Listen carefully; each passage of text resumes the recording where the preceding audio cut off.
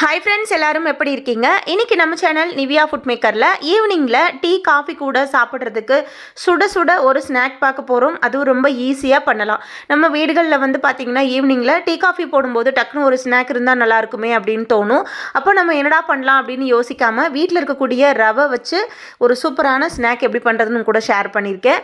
இந்த வீடியோ வந்து நிச்சயமாக எல்லாருக்குமே, அதாவது புதுசாக சமையல் ஸ்டார்ட் பண்ணுறவங்களுக்கு கூட நிச்சயமாக ஈஸியான ஒரு ரெசிபியாக இருக்கும்.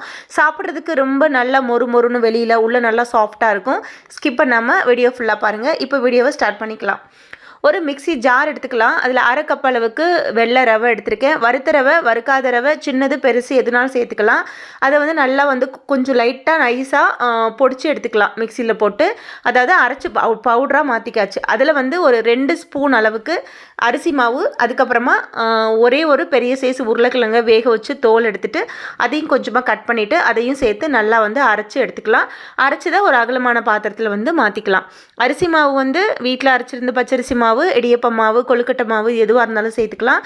நல்லாயிருக்கும். அரை கப்பு அப்படின்னு ஒரு ரவை எடுத்திங்கன்னா 1/4 கப் அளவுக்கு நீங்கள் அரிசி மாவு எடுத்துக்கோங்க, இன்னும் ஈஸியாக சொல்லணுன்னா.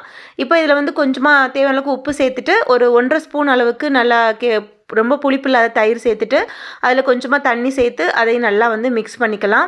உப்பு வந்து பார்த்துட்டு சேர்த்துக்கோங்க, ரொம்ப ஜாஸ்தி ஆகிட்டால் நல்லா இருக்காது. இப்போ வந்து நல்லா கலந்து விட்டுட்டு ஒரு 3 நிமிஷம் வந்து நான் அப்படியே ஊற வச்சிடுறேன். ரவை வந்து அரைச்சாச்சு, இருந்தாலும் கொஞ்சம் நேரம் சாஃப்ட் ஆனால் தான் நமக்கு இந்த போண்டா செய்கிறதுக்கு ரொம்ப நல்லாயிருக்கும். சாப்பிட்றதுக்கும் வெளியில் நல்லா மொறு மொறுன்னு இருக்கும், உள்ளே நல்லா சாஃப்டாக இருக்கும். இந்த மாதிரி கலந்து விட்டுட்டு ஒரு 3 நிமிஷம் கம்ப்ளீட் ஆனதுக்கப்புறமா நம்ம வந்து எடுத்து பார்க்கலாம். அதுக்குள்ளேயும் கொஞ்சம் நல்லா சாஃப்ட் ஆகிடும்.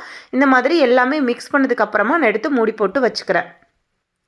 அதுக்கப்புறமா 3 நிமிஷம் கம்ப்ளீட் ஆனதுக்கப்புறமா நம்ம விரலில் ஒரு பாதி அளவுக்கு இஞ்சி எடுத்து துருவிட்டு போட்டிருக்கேன். ஒரு பெரிய சைஸ் வெங்காயத்தில் ஒரு 3/4 பகுதி எடுத்து புதுசாக கட் பண்ணிட்டு போட்டிருக்கேன்.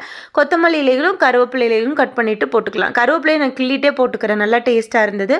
ஒரு 1/4 ஸ்பூன் மிளகாய்த்தூள், இது பச்சை மிளகாய் கூட ஆட் பண்ணிக்கலாம். குழந்தைங்களுக்கு கொடுக்குறதுனால அவங்களுக்கு வாயில் கடிப்பட்டால் சாப்பிட மாட்டாங்க அப்படிங்கிறதுக்காண்டி பச்சை மிளகாயை நான் வந்து எடுத்துகிட்டு அதில் மிளகாத்தூள் வந்து நான் சேர்த்துக்கிட்டேன். உங்களுக்கு பெரியவங்களுக்கு செய்கிறீங்கன்னா நீங்கள் மிளகாத்தூளுக்கு பதிலாக 2 பச்சை மிளகாய் ஆட் பண்ணிக்கிட்டோம்னா இந்த ஃப்ளேவர் ரொம்ப நல்லாயிருக்கும்.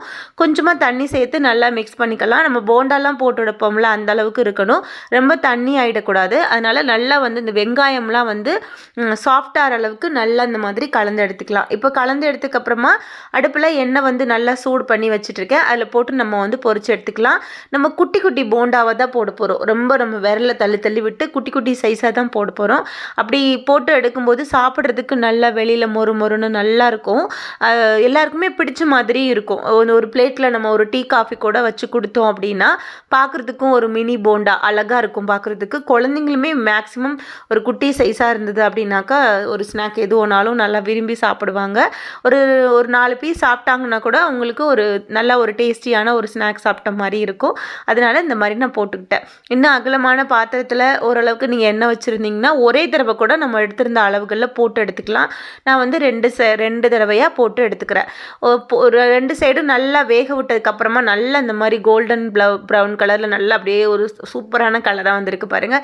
இந்த மாதிரி வந்ததுக்கப்புறமா நம்ம வந்து பிளேட்டில் எடுத்து வச்சு மாற்றிக்கலாம். இதே மாதிரி மிச்சம் இருக்கிறதையும் நான் செஞ்சுட்டு பிளேட்டில் வச்சுட்டு நான் காமிக்கிறேன். இப்போ எல்லாமே செஞ்சுட்டு வந்தாச்சு.